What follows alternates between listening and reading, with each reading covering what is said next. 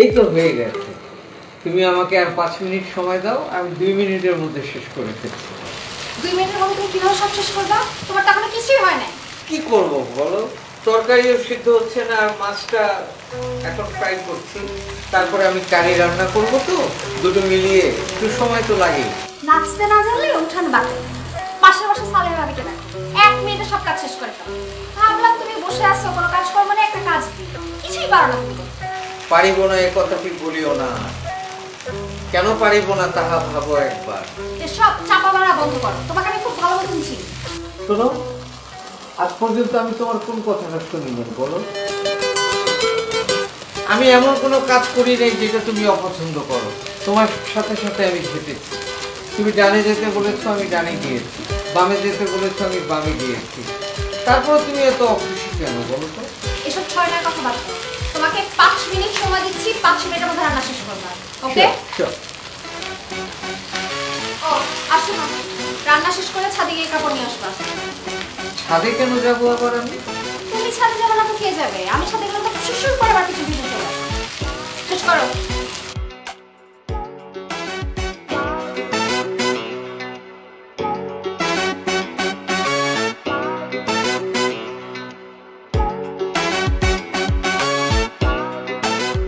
আবার কি? একটা ভুল হয়ে গেছে জান। বলে ফেলো। বললে তুমি রাগ করবে না তো? বলবা নাকি চলে যাবো এখান থেকে?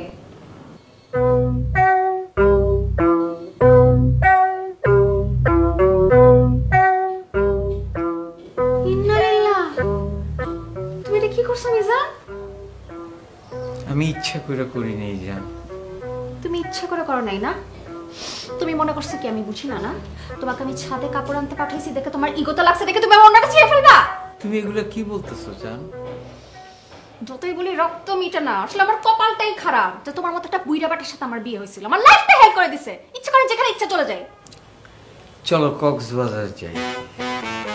কক্সবাজার আমার লাশ কেউ নিতে পারবা না, আর তোমার মতো বুড়া বেটার সাথে তো জীবনেও না।